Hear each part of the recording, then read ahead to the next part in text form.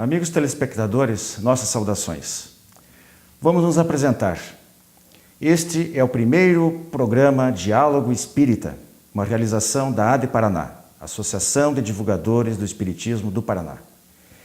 E eu, Wilson Tchersky, e os colegas Gilberto Luiz Tomasi e Robson Luiz Balaguer, estaremos aqui semanalmente, levando até vocês muitas informações, esclarecimentos, notícias e um pouco da cultura espírita. Neste programa inaugural, no tema livre, que é o nosso primeiro quadro, nós vamos trazer comentários sobre a importância da família nas relações sociais. Depois, em O Espiritismo Responde, que é um espaço destinado ao esclarecimento das dúvidas mais comuns relativas ao conhecimento e às práticas espíritas e que, aliás, nós já convidamos desde agora a sua participação. Mande as suas dúvidas para cá, nós atenderemos na medida do possível, na sequência dos programas, com a maior satisfação. E, finalmente, teremos no quadro A Presença Literária, comentários sobre o livro Você, o Poltergeist e as Casas Mal Assombradas. Então, com vocês, Diálogo Espírita.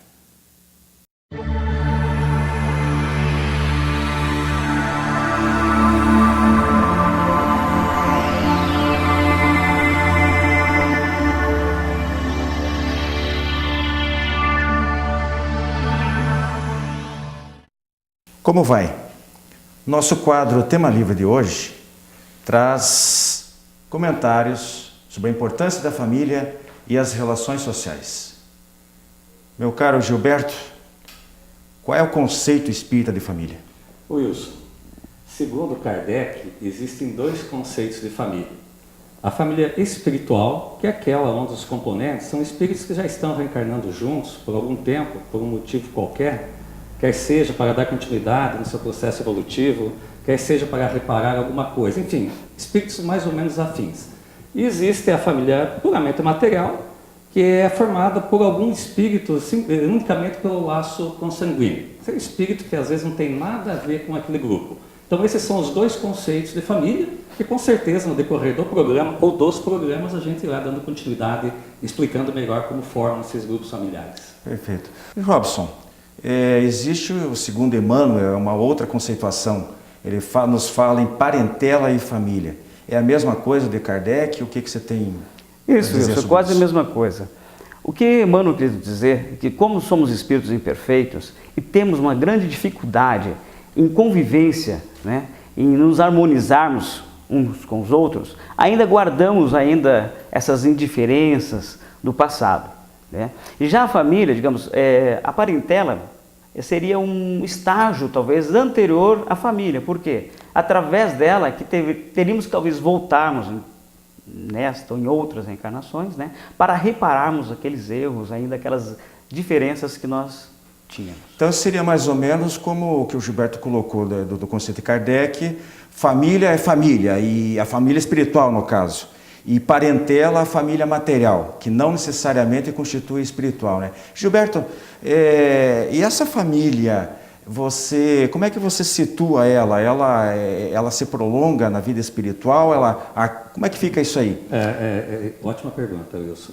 Porque a primeira ideia que nós temos é que esse grupo familiar formado aqui na Terra, depois de desencarnados, eles vão ficar esparsos no mundo espiritual. Não, não é assim. Esse grupo, dependendo do que nós vivermos aqui, a nossa convivência material, nós teremos uma vida muito melhor espiritual. Então, esse processo dá continuidade no mundo espiritual. Por isso que existem, então, espíritos afins, né, que reencarnam por muito tempo e vai criando aquela harmonia dentro da família. Então, há sim essa continuidade.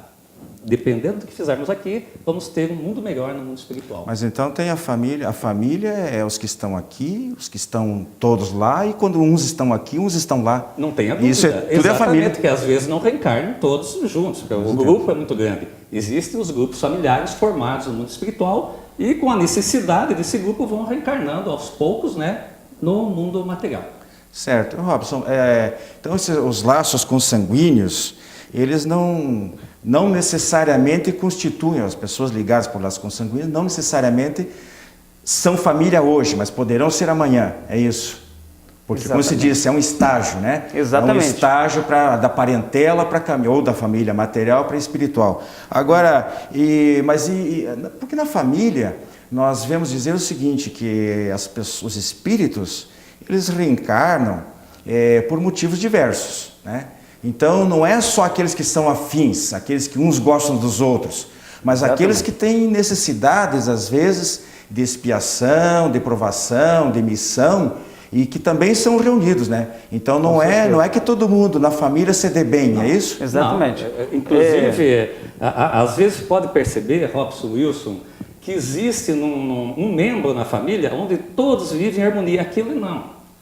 Então aquilo necessita de um processo. Ele é um maior, corpo estranho por enquanto, mas vai se agregar. Como existe o contrário às vezes. O grupo familiar é totalmente desestruturado e existe aquele que veio para conciliar. Que é mais centrado, né? Que veio a gente para consertar, digamos, dar o equilíbrio. Depende daquele equilíbrio da família. Geralmente é a mulher, né? Geralmente é a mãe. É a mãe. Que é a mais conciliadora. Exato. Mas pode também fugir um pouco a regra, né? Pode fugir. E ter um outro espírito que venha para conciliar o restante do grupo, né? Tá, e agora, então me diz aqui, porque o Emmanuel ele se estende mais, ele diz assim que é nos conflitos e nas dificuldades que ocorre a ascensão da alma. Eu gostaria que vocês explicassem um pouquinho melhor essa frase do Emmanuel. Pois é, veja bem, às vezes é nas dificuldades, né, que o espírito, digamos assim, o espírito, a pessoa, né, ela cresce, digamos, em todos os sentidos, espiritualmente, às vezes até intelectualmente, né? Porque através das adversidades que às vezes a pessoa consegue vencer as barreiras, né? Consequentemente subir um degrauzinho, isso moralmente falando, espiritualmente falando e até intelectualmente. Nesse caso a gente volta, né, Wilson, que a doutrina coloca assim de forma muito didática, muito simples, ou é pelo amor ou é pela dor que você acaba evoluindo, né? Então, necessariamente, não, porque, como nós falamos há pouco, às vezes o grupo familiar já vem unido, seus espíritos estão muito tempo reencarnando juntos, mas quando for o caso, realmente são pelas adversidades, pelas situações de dificuldade que o espírito vai acabar aprendendo, entendendo que há necessidade de ser sofrimento para o seu processo evolutivo. Perfeito. Agora, eu gostaria de saber de você o seguinte, que vocês comentassem alguma coisa no seguinte sentido. É uma pergunta que todos nós devemos nos fazer. Você que está aí nos assistindo, nós aqui nos fazemos isso aí, uma autoavaliação, uma autocrítica, né? Nossa casa, nosso lar, em que grau, em que estágio nós estamos? Nós estamos tratando, os espíritos que estão ali reunidos, já constituem uma família ou é apenas uma parentela? Em caso de a gente chegar à conclusão que, segundo o que foi falado aqui, apenas uma parentela, o que é que nós estamos fazendo? O quanto nós estamos investindo para transformar essa parentela numa família? O que é que nós podemos fazer? Bom, primeiro, há necessidade de uma introspecção, tá? Para você realmente chegar à conclusão de que grupo se faz parte. Se você chegar a essa conclusão que é um grupo parentela, você tem que dar todos os esforços necessários para evoluir, para aprender, lidar com a situação. Aí vai entrar a paciência, a tolerância, sabe, a humildade, deixar o orgulho de lado, senão não há outra forma de você conseguir, com o tempo, formar um grupo familiar. Então, o primeiro passo é esse, Wilson, como você falou. As pessoas são muito imediatistas, né, Gilberto? Pois é, mas eles antes disso, você tem que, como eu falei, desculpa, sentir exatamente aonde que você está inserido. E geralmente o que acontece? Eles acreditam somente na vida atual, né? Às vezes esquecendo da vida passada, então às vezes onde se limita muito isso aí. Não fica preso só à vida passada, eu acho que se despreocupa com o futuro.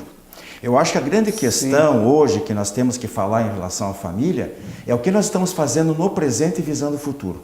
Por isso que eu insisto de que qual é o conceito que nós temos de família. Se nós pensarmos que nós temos família até nós irmos para o túmulo e que nós deixaremos, por exemplo, o mundo para os nossos netos, esquecendo que nós mesmos voltaremos para este planeta, pelas portas da reencarnação, etc., então nós estamos conceituando mal a família.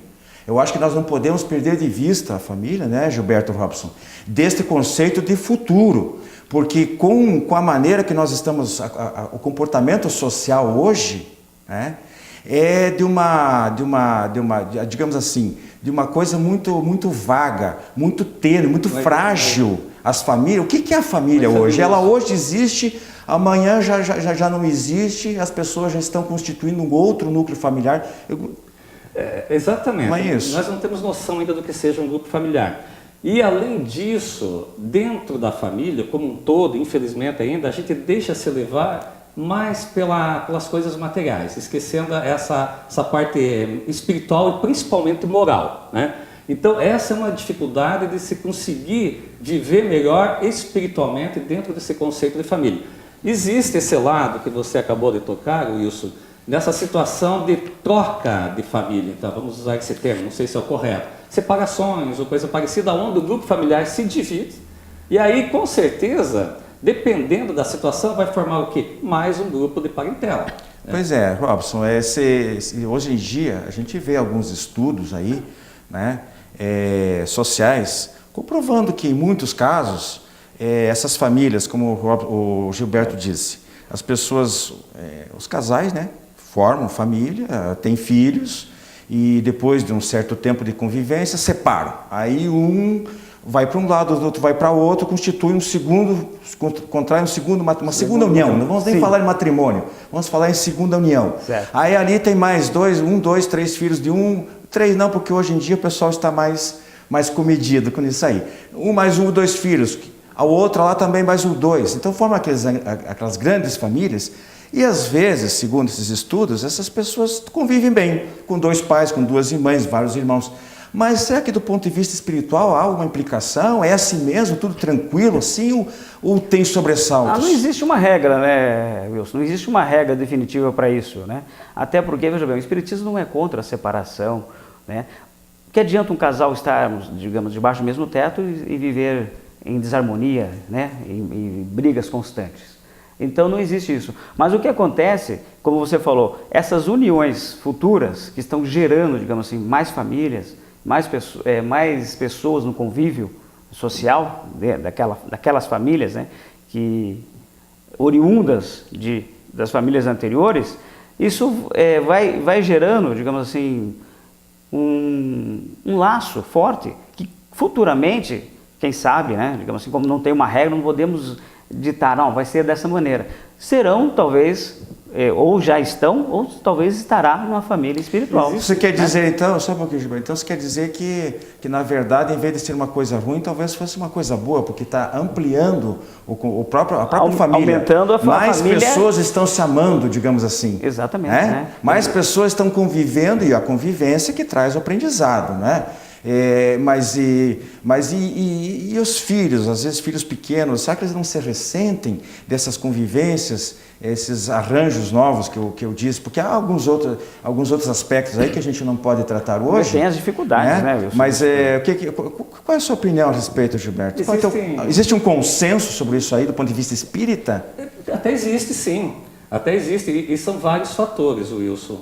Essa adaptação dos filhos, principalmente os pequenos. Porque quem separa é o casal. Né? Então, se for um casal inteligente, né, que não tem como conviver junto, mas se for um casal inteligente, percebendo que a separação é entre os dois, mas que vai existir aquela relação com os filhos, a coisa pode ser um pouco mais amena, mesmo que as crianças vivam em outro lar.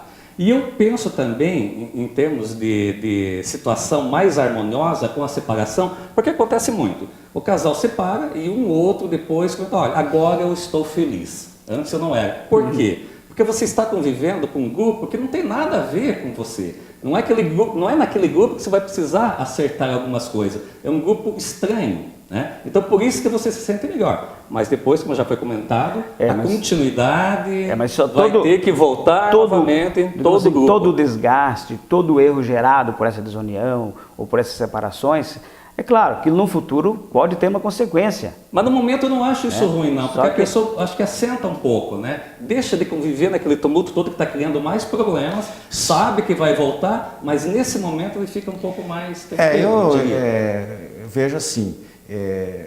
pensando que eu acho que deve se procurar um meio termo, né?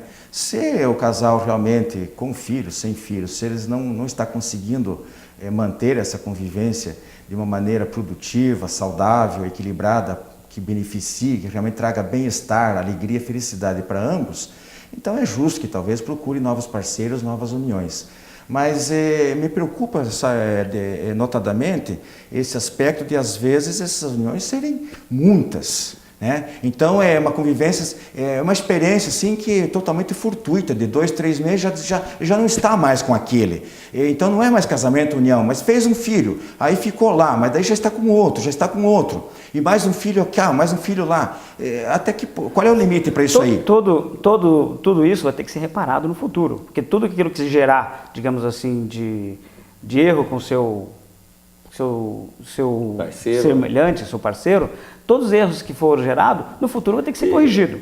E até porque... Seja pelo amor, ou seja pela dor, nesta ou na próxima encarnação. O Wilson, essas pessoas que vivem dessa forma, separando todo dia, tendo um filho em cada local, não tem a mínima noção do que seja grupo familiar. Falta responsabilidade, falta o entendimento da família com a perpetuação no mundo espiritual. Todas essas consequências mas aí, independente dessa responsabilidade espiritual, que alguns nem espíritas são, falta responsabilidade, então.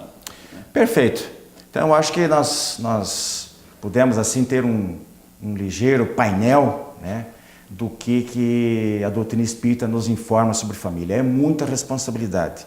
Não deve ser tratado de maneira fútil, por motivos banais, as separações. Devemos procurar manter essa convivência com uma boa dose de tolerância e de sacrifício, sim. Não podemos seguir dessa maneira, como muitas vezes se faz. Mas não tecemos críticas, não podemos julgar a quem quer que seja, porque o livre-arbítrio de cada um deve ser respeitado sempre, acima de qualquer. E cada um tem a sua ação e vai sofrer as suas reações. Ok, meus amigos? Muito obrigado e até o próximo Tema Livre.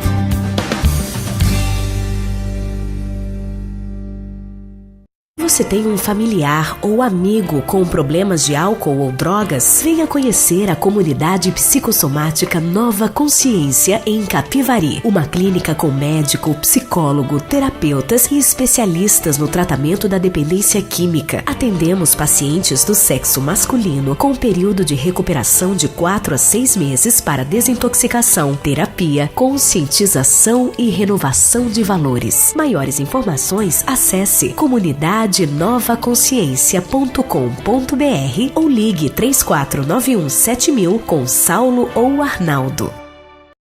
A editora M traz a público o romance Filhos de Ninguém, do espírito Gizi Akiba, e psicografia de Pedro Santiago.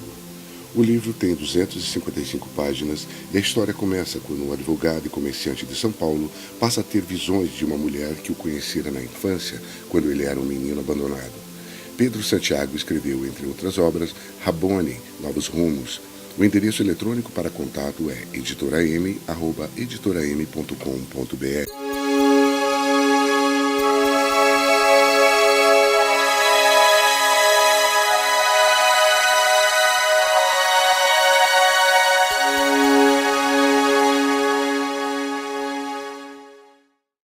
Olá, amigos. Este é o quadro O Espiritismo Responde, do qual contamos com a ajuda e colaboração de vocês para realizá-lo. Vocês podem mandar para nós perguntas, dúvidas, sugestões através do e-mail que está abaixo do seu vídeo. No programa de hoje, temos a seguinte pergunta: por que pessoas boas às vezes sofrem tanto e outras ruins são felizes? E por que tanta gente boa morre cedo e outras ruins continuam vivas? Na nossa concepção, o sofrimento e a felicidade é ainda algo muito material, pois nós temos uma visão materialista disso tudo, muito estreita, pois nós não sabemos das vidas passadas, né, das vidas pregressas. Mas todos os nossos erros e nossos excessos, a gente vai ter que um dia saldar isso, seja nessa vida ou seja na outra vida. Por que pessoas boas morrem cedo? Nossa existência, na maioria das vezes, segue um planejamento espiritual.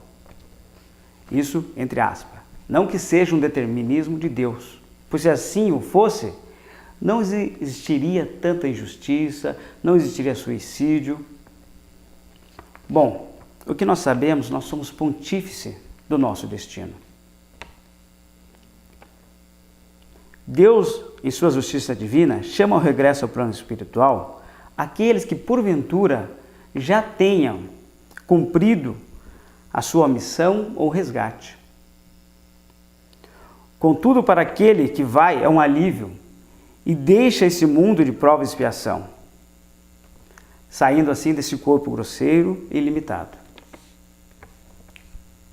Temos também uma segunda pergunta que diz o seguinte: o Espiritismo acredita em anjos? Essa é a pergunta. A resposta, podemos dizer que sim, acreditamos em anjos, mas não como as outras religiões os descrevem. Porque os anjos são enviados de Deus para auxiliar o homem aqui na Terra, em sua trajetória,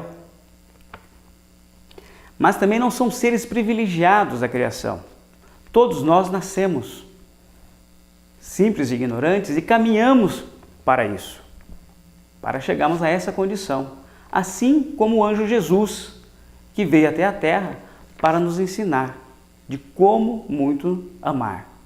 Essa seria a resposta que Jesus deixou, digamos assim, a todos nós, né? E Jesus era um anjo, sim, um anjo de luz que veio à Terra.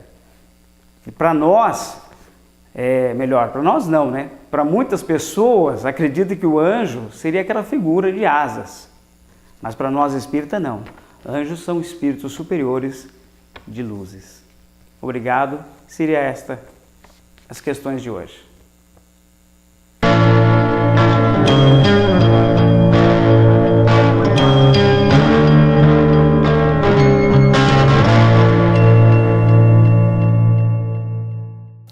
Meus amigos, Presença Literária de hoje vai falar sobre o livro Você, o Poltergeist e os Locais Mal Assombrados, do Hernani Guimarães Andrade, um grande cientista espírita, uma pessoa da maior respeitabilidade, fundador do Instituto Brasileiro de Pesquisas Psicobiofísicas de Bauru, no interior de São Paulo, já desencarnado, infelizmente, para todos nós. Pois muito bem, esse livro, ele tem esse caráter, particularmente de uma autoria de um pesquisador. É um livro espírita, sim, e a gente lembra que o espiritismo tem um tripé: é filosofia, ciência e religião. Então o livro tem esse viés científico. São documentados casos, muitos casos ocorridos aqui no Brasil e até um outro fora do país, que trata sobre esse tipo de fenômenos. O que são esses fenômenos de poltergeist? Primeira definição: poltergeist quer dizer, vem do alemão, que significa espírito barulhento. Ok? Então já se deduz daí que provavelmente por trás desses fenômenos está a participação, a presença de espíritos desencarnados. Só que muitas pessoas levam isso aí para o lado diabólico, o lado do Satanás. Será que existe mesmo esse tipo de influência? Será que é possível? Né? Será que é possível a participação, a atuação desses espíritos malignos jogando pedras, movimentando objetos, derrubando pessoas, provocando incêndios espontâneos, os chamados fenômenos de pirogenia? Será que é possível? Pois neste livro você tem os esclarecimentos. Os casos são analisados demoradamente, com todo esse cuidado científico de que nós citamos há pouco, né? E esse livro é da editora Didier, lançamento em 2006, a primeira edição tem 166 páginas. Então, o que nos chama a atenção são 11 capítulos aqui desse livro. E eu gostaria de ler rapidamente os títulos desses capítulos para vocês verem como é muito interessante, mas muito interessante mesmo. E eu estou fazendo isso aqui apenas a título de divulgação da literatura espírita e do trabalho do Dr. Hernani Guimarães Andrade. Então ele trata no primeiro capítulo Poltergeist, depois Poltergeist, ainda um mistério, é uma pergunta. Poltergeist, um flagelo social, é outra pergunta. Poltergeist, um problema social pouco conhecido, mas muito grave. Quem o produz? Os locais mal assombrados, magia negra, o aporte, forças desconhecidas, o espaço assombrado e o projeto Epicentro. Que esse projeto Epicentro é aquela pessoa que muitas vezes os parapsicólogos dizem que é necessário para a eclosão do fenômeno. Geralmente uma adolescente com algum tipo de recalque, algum tipo de problema mais de ordem emocional, afetiva, até mesmo sexual. São teorias que explicam, às vezes, por um outro viés. Mas Hernani Guimarães Andrade, reunindo o conhecimento da ciência oficial, da parapsicologia, dos distúrbios mentais, das alucinações, de todo esse processo aí, e o conhecimento espírita, na qualidade de espírita que ele era, naturalmente que consegue equilibrar essas respostas de que nós tanto necessitamos. Ora, então aqui é difícil você conseguir, por exemplo, uma explicação mais simplista de um caso como ocorreu no Paraguai, onde um jipe de 2.500 quilos foi arremessado, não preciso nem dizer que estava engatado, até era num aclive e que estava desligado, não houve, ninguém empurrou nem nada, foi arremessado esse jipe a 40 metros de distância. Então isso não é brincadeira, isso é um caso sério. Então se vocês quiserem tomar conhecimento melhor desses casos, não é só esse livro que trata do assunto, mas é um dos. Então vamos estudar melhor a doutrina espírita, vamos ver o lado científico também. A parte do evangelho, a parte religiosa, a ética moral, beleza, maravilha. A parte filosófica é fundamento, é todo o arcabouço doutrinário do espiritismo está na parte filosófica. Porém, não podemos deixar de lado o aspecto científico. Até porque nós precisamos conhecer esses casos. Como é que eles acontecem? Quem os produz? Com qual energia? De onde eles retiram essa energia? Não é? Então, vocês viram ali pelos itens do prefácio que eu li, que apesar de não ser um livro relativamente fininho, mas tem de um conteúdo preciosíssimo, pouca gente conhece. Muita pouca gente conhece. Então, vamos procurar esse tipo de literatura, vocês espíritos, vocês não espíritos, porque muitas vezes vai desmistificar a fantasia criada em torno do assunto, ok? Presença literária, volta oportunamente. Até lá.